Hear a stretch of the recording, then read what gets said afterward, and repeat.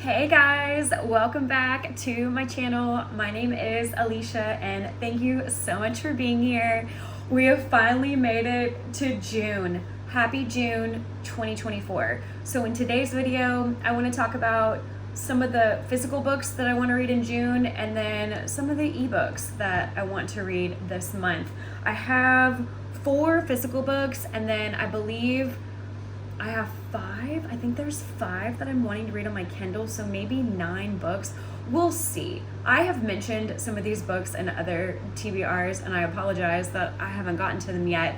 I also had posted a book haul in the spring. Well, it's still spring, but at the end of March, beginning of April, I had purchased 15 books, did a book haul, and I have read about half of them, so really happy with that. I need to read these, and then I think I'll maybe have 1 left to read after this month, and then I can go and buy more books and do another book haul. Also, I apologize if I keep looking behind you. I got a new stand for my phone, and I record on the back-facing camera, so I don't ever know if I'm in the frame. And the stand doesn't have the angle that I want. It was only a couple of dollars on Amazon, but I have you propped up in every which way. So if I keep looking behind you, it's because I'm just making sure that my phone doesn't fall and crack. Yesterday it slightly cracked when I was filming a video. But anyways, let's just get started on this TBR. So the first physical book that I want to read in June is Palace of Shadows by Ray Celestine. This book hardly has any reviews. It came out in October of 2023, so not that long ago, but across Amazon and Goodreads, it only has 457 reviews. That is it. That's all I could find. I mean, there's random book reviewers on the internet that have written their own reviews just on their own websites, but Amazon and Goodreads is showing 457. That's it. And then it has between a 3.7 and a 3.9 star rating. So I'm not really sure what we're going to think of this book, but it's so pretty. This book is gorgeous. It has a Japanese price tag. Hello from Japan. That is where I live. This was from a foreign language bookstore, but it just seems really interesting. Also, I don't know what the genre is because online it says horror, mystery, thriller, gothic, historical fiction. It's a mix of everything, and I am a chicken when it comes to horror, but the back of it just seems so interesting. I feel like it's going to be more like a gothic haunted house. That's what we're reading about. And this book is apparently a loose retelling. I was about to say based on a true story. It's a loose retelling of an actual true story. So the premise is there's a man named Samuel, and he is a penniless artist living in London. And I guess his artwork is extremely disturbing. And so that's why he's poor, because no one's buying his creepy artwork. Well, then an heiress who has all of this money, Mrs. Chesterfield, she contacts Samuel and says, I want to commission you to do some work to my house. So I guess he thinks he's gonna go to our house and do some, I don't know, create some art for it. But then he starts learning more and more sinister details about the house. He travels to go to her home, and on the way, he meets some people, and they are all warning him. They're saying that the original architect was murdered or committed suicide. Not really sure, we'll find out. And then the house, a lot more people have committed suicide because the house drove them mad. And then there's these 3 young girls that went missing, and apparently their ghosts are haunting the house. And so he arrives there thinking that nothing's gonna happen to him, and he starts learning more and more about all these disappearances, the murders, the suicides, what's going on with the house. And he doesn't understand why the heiress keeps wanting to build wing upon wing to this home to make it bigger and bigger. It just seems like it's gonna be a haunted house book, which is so interesting. But also on here at the very top, it says that his friend Oscar Wilde is now in exile living in Paris.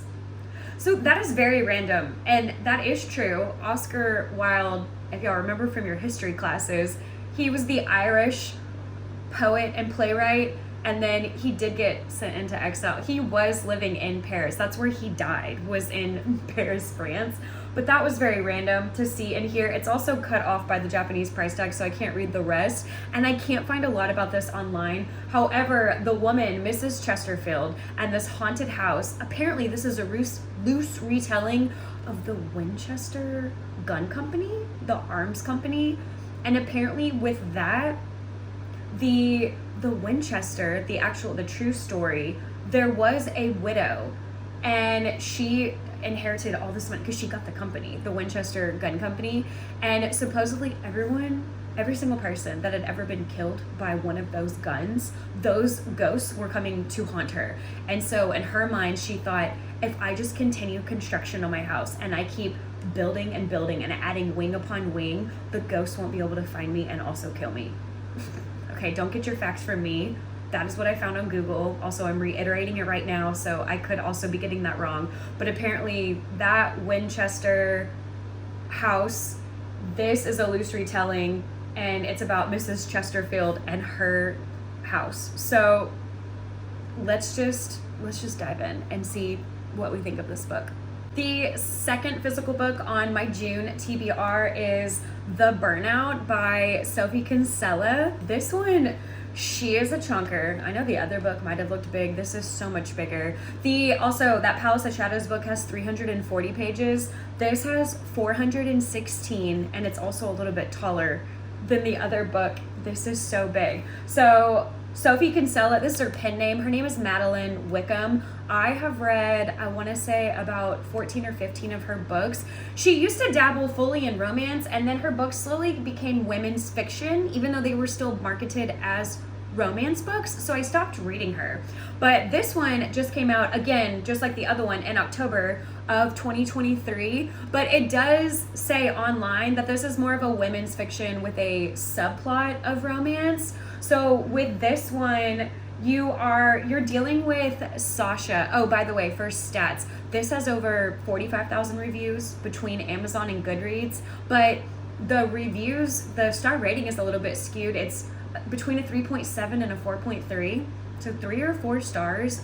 We'll see.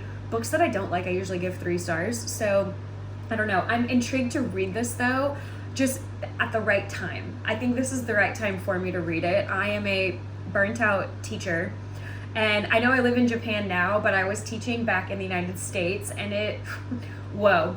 So reading the back of this, I really thought, oh, I can relate to this. So I think I might really like it because it's more of the right book at the right time.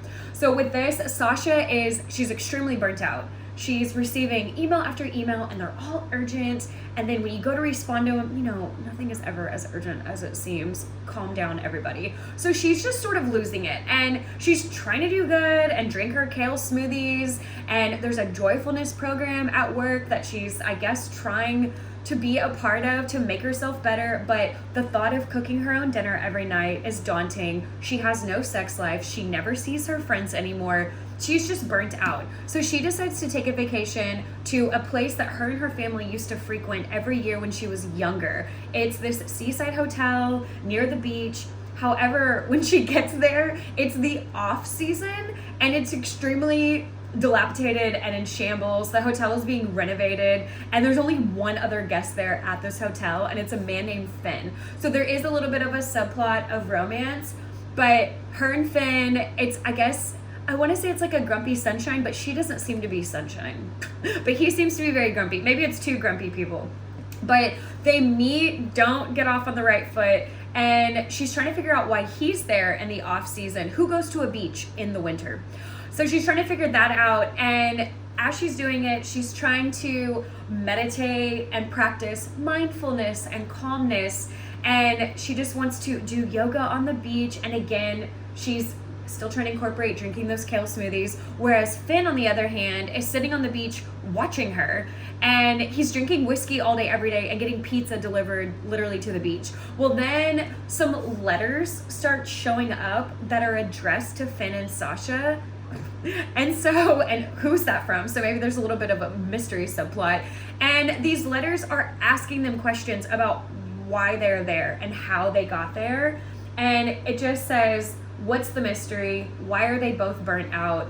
What exactly is manifesting? They might just discover that they have more in common than they think. So again, this is definitely women's fiction, but I'm so excited to get into this because I just think it's the right time to read this. The third physical book on my June TBR is Pineapple Street by Jenny Jackson.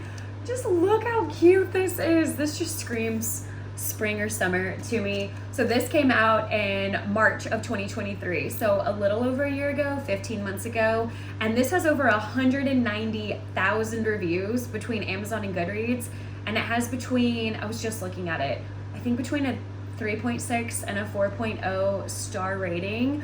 I thought, okay, this is a literary fiction, which I'm so excited to read, a lit fic book, but I thought this was about sisters because of the way that the synopsis read, because it reads about these three women, and one is the oldest, one is in middle class, one is the baby of the family, but I don't think that they're sisters. So Darlie is the eldest daughter of a very well-connected family, and it says she followed her heart and traded in her job and her inheritance for motherhood, but she thinks that she gave up too much along the way.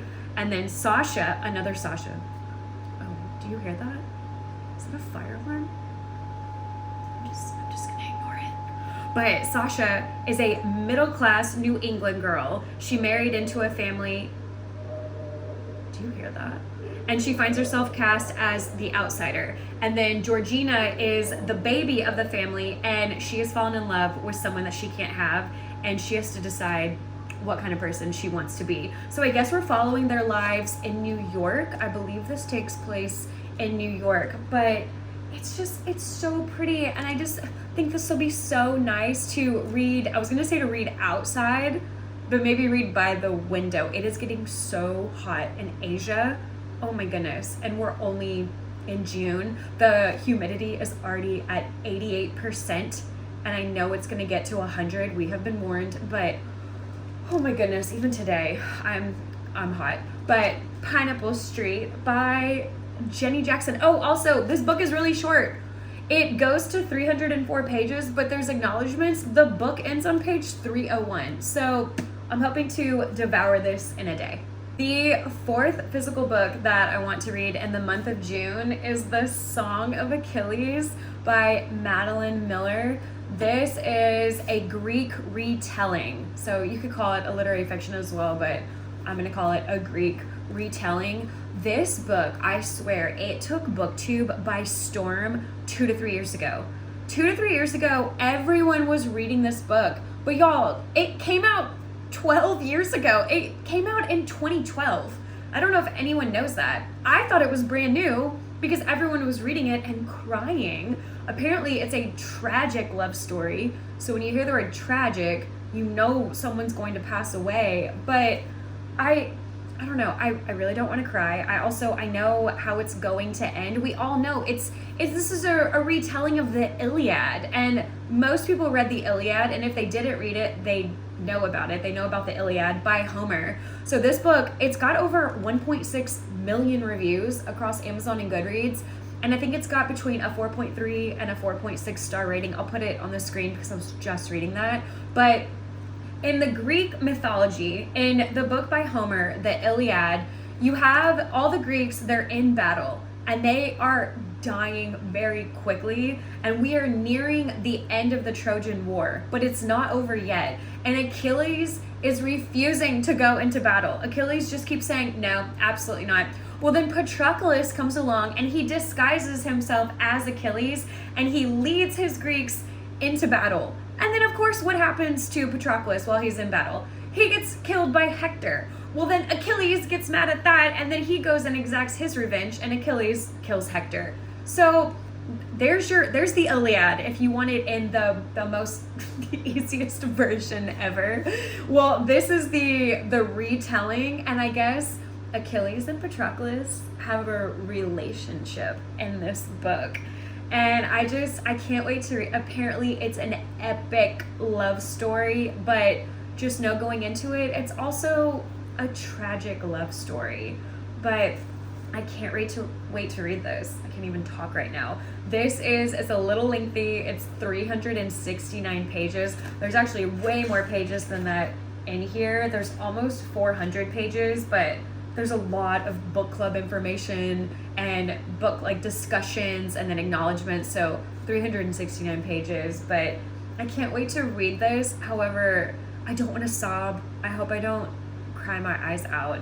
But that is the end of the physical books that I want to read this month in June. So now we're going to talk about what I want to read on my Kindle ebooks.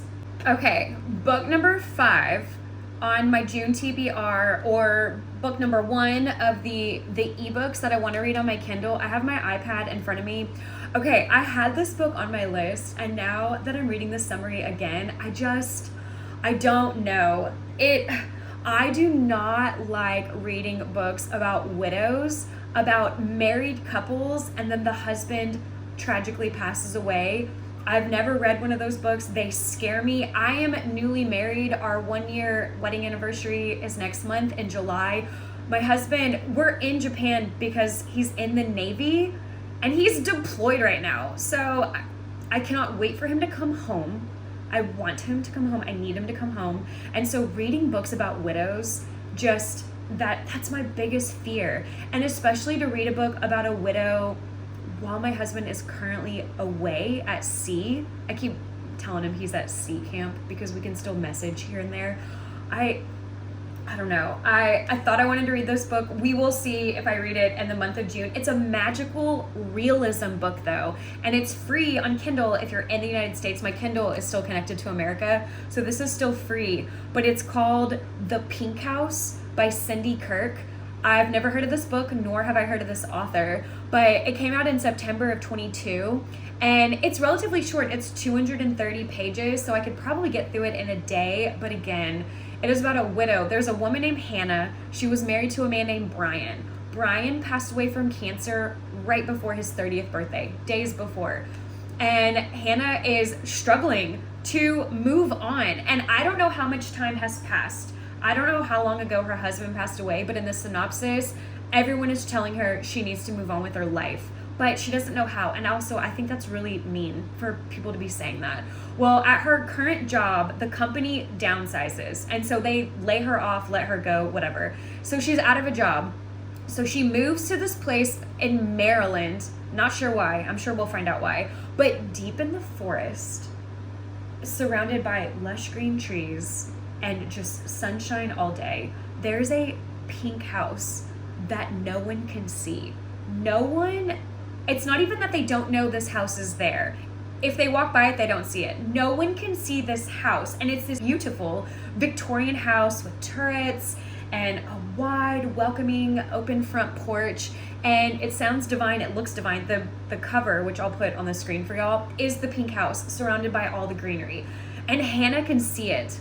Tell me why she can see that. Well, then also, there's a woman living in that house. Who is this woman? Can anyone see her? And on top of that, this is the kicker, that woman has a handwritten letter from Brian, the deceased husband. She gives Hannah that letter. I'm intrigued. Are you intrigued? I do want to read it, but again, that's just, I would rather read that book with my husband sitting right next to me. Y'all, I'm 37 years old and we met when I was 35. I turned 36 3 months later. You might as well say we met when I was 36. We have been together about a year and a half, a little under a year and a half, and this is my first marriage. I got married later in life, and I have found my person that I'm supposed to be with, and so reading books about widows is just, it scares me. It just scares me. But doesn't that sound interesting? This is The Pink House by Cindy Kirk. I don't think I gave y'all stats for The Pink House, but I put them on the screen. Seems promising, looks promising. Okay, the next 4 books. So these are all, I'll put them on the screen. Why do they all look alike? Why do they all have stairs? They all look terrifying. I love reading thrillers and suspense books. I'm afraid of horror. I'm a chicken for horror. And I have not actually read the synopses for any of these 4. So I'm doing it right now as I'm talking to y'all. I just happen to have those on my list, and I think I put them on last month's TBR as well. and I never read the synopses for any of them. I just thought, oh, these 4 look alike. Wouldn't that be fun to do a YouTube video or maybe a series of videos saying reading books with similar covers? Well, this one, again, it's free on Kindle Unlimited. I'll talk about the first one. It's called Keep It in the Family by John Mars. I've never read a John Mars book. So this book came out in October of 2022, and it has over 100,000 reviews between Amazon and Goodreads. And it has between a 4.1 and a 4.2 star rating. So, hey, 4 stars, love that. This one seems more like a psychological fiction or psychological thriller or a domestic thriller, because it's with a husband and wife, which is why I say domestic, but I don't know if it's between them. It's them dealing with something. So according to the creepy synopsis I just read, they have moved into this house that is falling apart. So they are restoring it. They're renovating it to be their house. They're not going to flip it and sell it. This is their house. They're making it pretty. Well, she's pregnant. She falls pregnant. How do you just fall pregnant? She falls pregnant, and as they're restoring this house, she finds a message in a board that says, "I will save them from the attic." What does that mean? I will save them from the attic. So then I guess her and her husband go up to the attic. It's Mia and Finn. So we have another Finn. We have 2 Sashas in this TBR and 2 Finns in this TBR, which is funny because in the Burnout by Sophie Kinsella, those 2 people are Sasha and Finn. But anyways, Mia and Finn, they're pregnant. They go up to the attic. They make a gruesome discovery. Their home was once a real-life murder house with the evidence still concealed within the 4 walls. And then I guess it just gets crazy from there. But the fact that the synopsis had to tell us that she was pregnant and that she does have the baby and she's still trying to figure out the mystery of this house, I'm just wondering if the baby's going to get possessed. Because when I scrolled some more from the publisher, it says, "Evil lived in this house, but what traces remain." So I don't know if this baby is going to get taken over. I'm terrified to read this book, but I'm also so intrigued. And in between all of these books, in between any book, I love reading just a fast-paced thriller on my Kindle. So Keep It in the Family by John Mars. Okay, the next one with the creepy stares as I point at the cover, I'll put it on the screen. This is Room for Rent by Noelle West Ely. I read Run on Red by her last year, and that book terrified me. To me, that was a horror book. I was freaking out. That my heart was racing with every chapter, like not even every chapter, every page. And I don't want to say I was spoiling the book for myself, but so much was going on that literally every time I turned the page on my Kindle, I had to look at the bottom to see if the girls were still alive, because I was just getting so afraid reading that book. That book was so good. That's a 6-star book, actually. That's a 6-star book for me. Run on Red by Noelle West Ely, and now Room for Rent, these book names. So Room for Rent, this one also seems so creepy. It's got over 17,000 reviews across Amazon and Goodreads, and it has between a 3.6 and a 3.9 star rating. So maybe it's not going to be as good as Run on Red. I don't know, which kind of makes me feel better because I'll probably still be terrified. This book just came out, I think in October of 2023, and it's got 342 pages.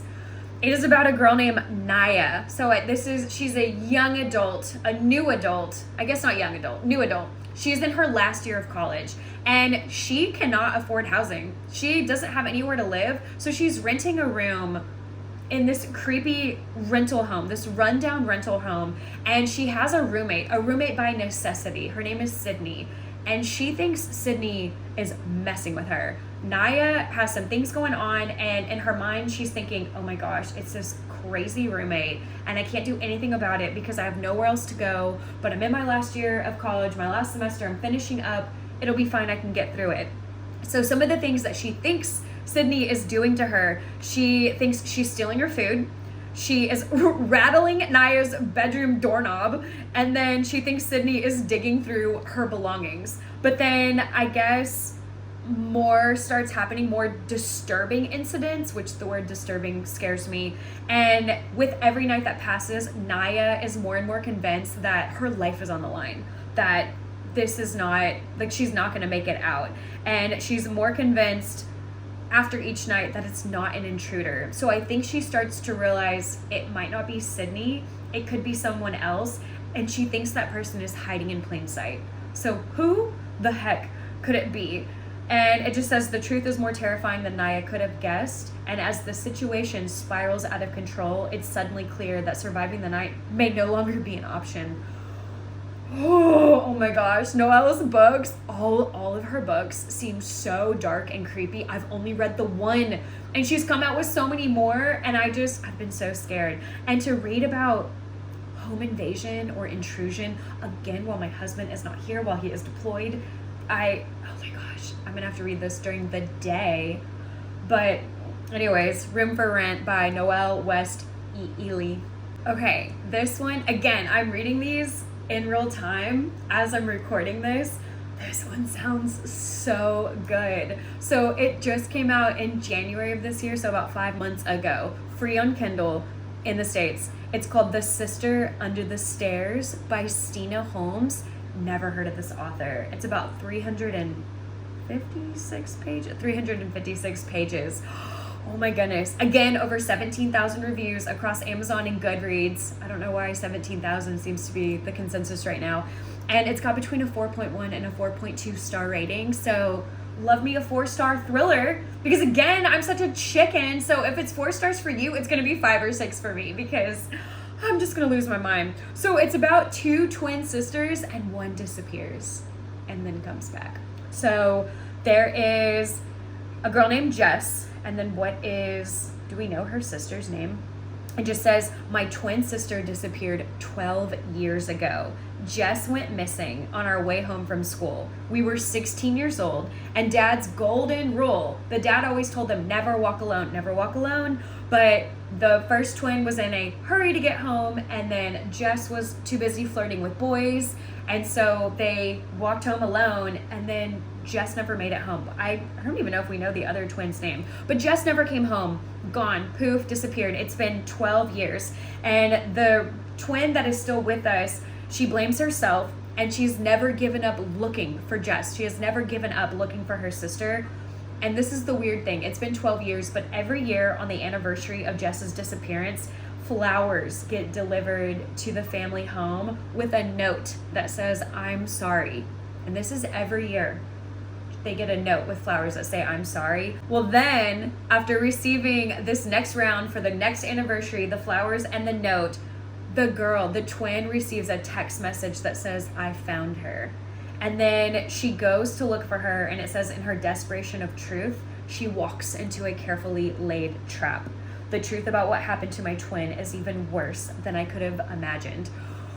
Oh my goodness. Okay, if y'all read, what was it called? I just vlogged it last month.